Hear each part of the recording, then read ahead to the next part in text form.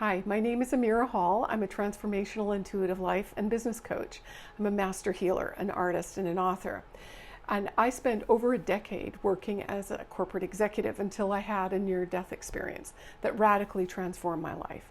And that near-death experience has been instrumental in being the driving force behind everything and all the work I do, helping others connect with and trusting with their own inner compass, gaining new perspectives, and discovering their life purpose. Having worked with thousands of clients worldwide over the past 20 years plus, I can tell you that we women, we're born for reinvention, to remake ourselves, to revive our true purpose and our potential. We're here to make changes, we're here to be changed, and we're not to remain static. You know, the path to reinvention can take on a lot of different forms, from listening to your inner voice, to recognizing unexpected opportunities and challenges, to overcoming self-doubt and status quo. All of this notion of reinventing yourself has nothing to do with, minimizing your decisions or insights, achievements, or disappointments, but rather acknowledging all of that has made you what you are today and prepared you for your next step and reinventing yourself.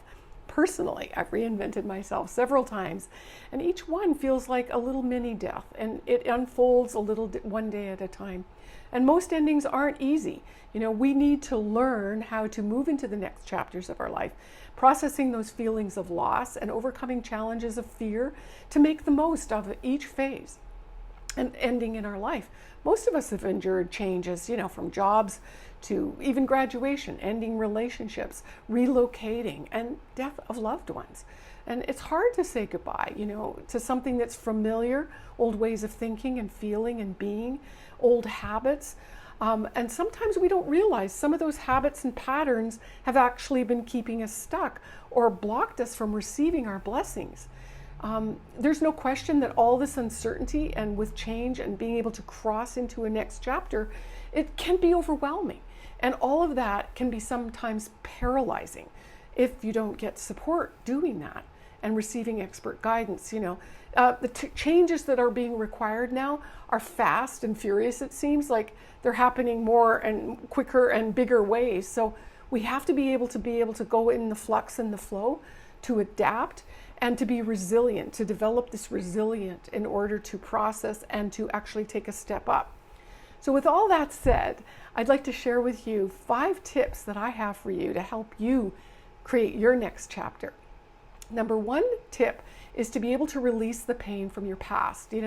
Once you've been triggered to make a next chapter or for reinventing yourself, it's time to release those deeply rooted patterns, hidden blocks that are keeping you stuck or blocking you from creating a whole new version of yourself. And the secret is to acknowledge them and to be able to let them go, to embrace that newer version of yourself. The number 2 tip is pay attention to signs, being able to recognize and pay attention to the lessons in these experiences that you're having. It's key to being able to move forward. Pay attention to clues like butterflies in your stomach and how come you're reacting so strongly to a situation. Why are you so happy, for instance, or why are you really overreacting? Why are you afraid? Pay attention to coincidences like, I just said that, now you're saying that, now I hear it on the radio. All those messages are trying to tell you something to pay attention to. The third thing I want to share with you today is to reconnect with your dreams. What have you always wanted to do? Too often we plan our future based on influence of people in our life. I have a client that I'm working with. She became an attorney, and her father was an attorney, her brother's an attorney, and after 10 years of practice and all the years of study, she woke up feeling like, this isn't me. So, realize that you might need support in taking that next step. Number 4 is getting that support to step into that. So being able to reinvent yourself into that newer, better version of yourself, taking all of what you've learned and repackaging it.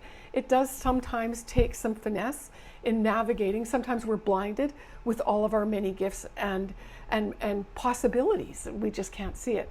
Being able to change your mindset, getting support to remind you of your amazing aspects and to align with that new version and vision of yourself. And the final step, number 5, is honestly learn to say no to stuff, to things, and to people. It's a powerful step in feeling lighter and brighter, being able to say no a couple dozen times. Let's say you're cleaning out a drawer. Yes and no. Throw it or keep it. Being able to say no to people in your life that no longer support you or invalidate you. Unplugging and pushing that delete button is incredibly liberating, and that's a big yes. So if any of this resonates with you, or if you're ready to discuss your challenges or are looking for some support, I've got a few spots in my private coaching. I would love to discuss with you or explore if we're a fit. So if you'd like to take a look at that, go ahead and click the link, and I will look forward to connecting with you. Until then, make sure you take good care of yourself.